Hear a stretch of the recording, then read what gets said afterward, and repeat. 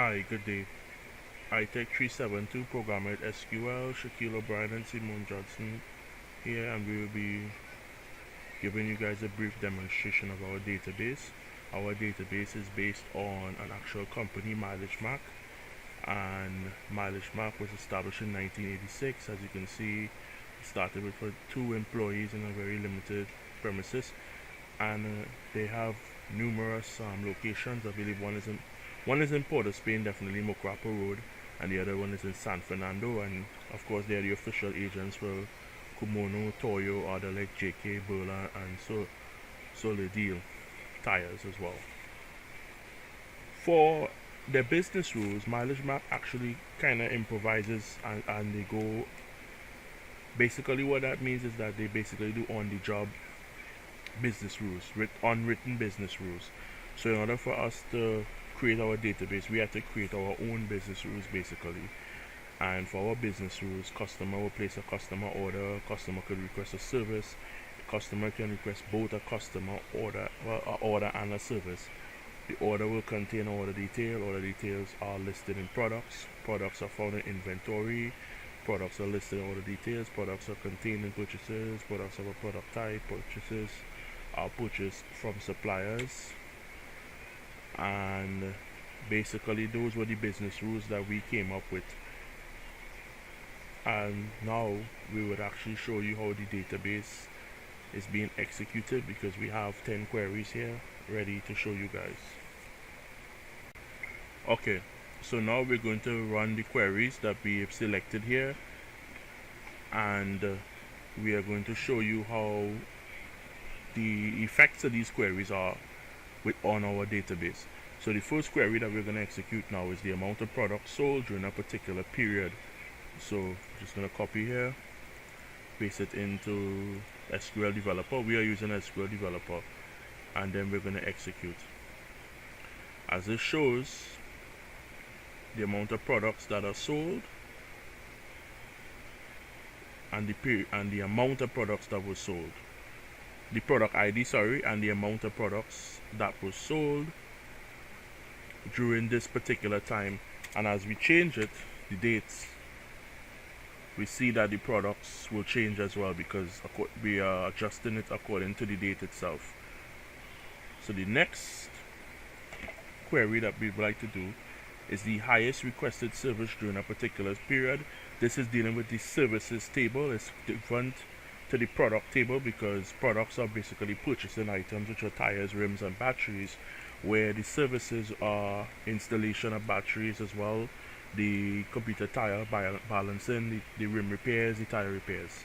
So we're just gonna copy here, we're gonna paste, and when we run this query now, we would see the requested service according to the orders.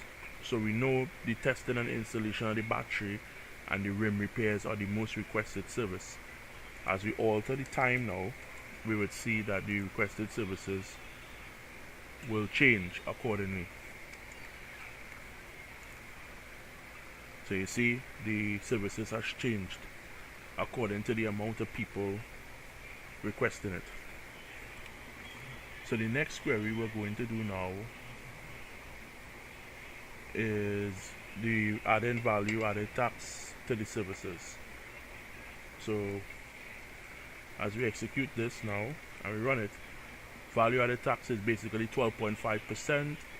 It will calculate 12.5 to the VAT, to the item itself, the item's price, and so that will definitely show an increase. And as we show it here, you will see that the values in the database have changed. They've altered with the inclusion of VAT. So as we change the dates, you can see that the values have changed according to VAT. Next thing that we're going to do now is the inventories. So we're going to order the inventories according to, in descending order, how many items are left.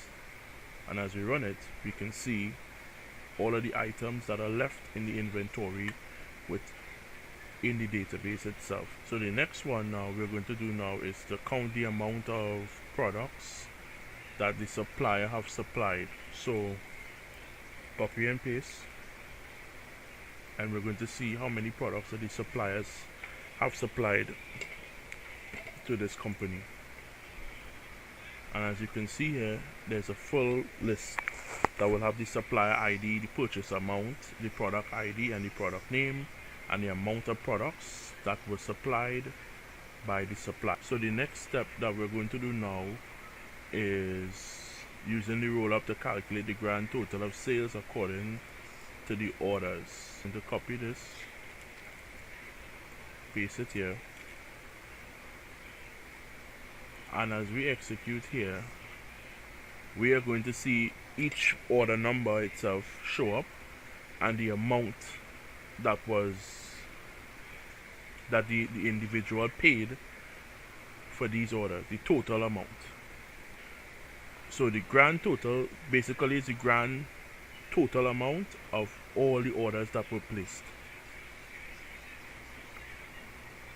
So the next step that we're going to do now is to create a full invoice for a customer. So as we copy and paste here,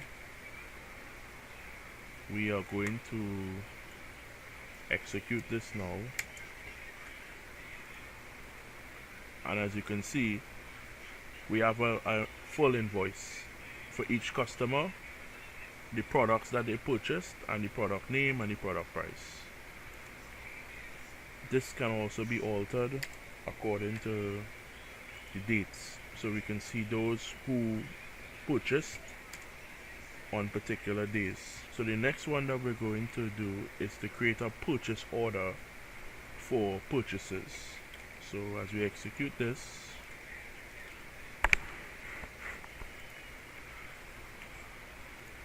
we have a complete purchase order where we have the purchase ID, the product amount, but note we have the amount that the company paid for these items, and they have the selling price.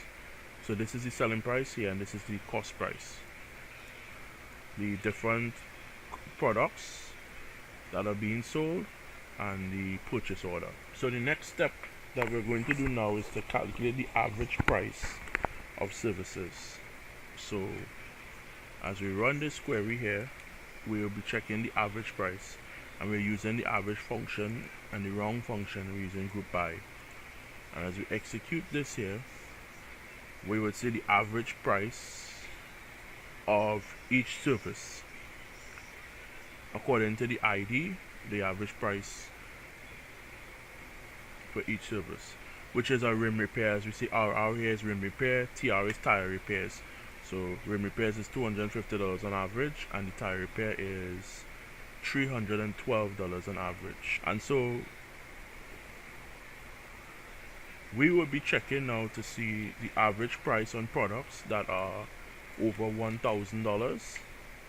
So we are going to execute this program here, and as you can see, we execute. We will see the average price of the products that are generally over $1,000, which is the Black Rhino rims and the TSW rims. The average price of these. This is now displaying the average price of these particular products.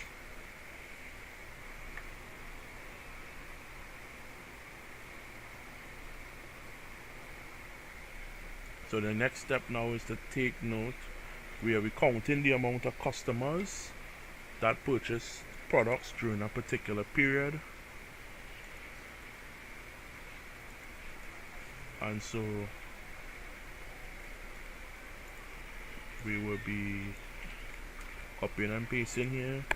We're doing joins here.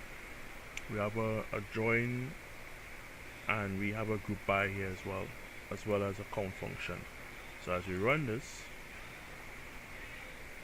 we see the amount of the count of the customers that arrived during this particular time. And as we change it, the dates will change. The amount, the count of the customers will change.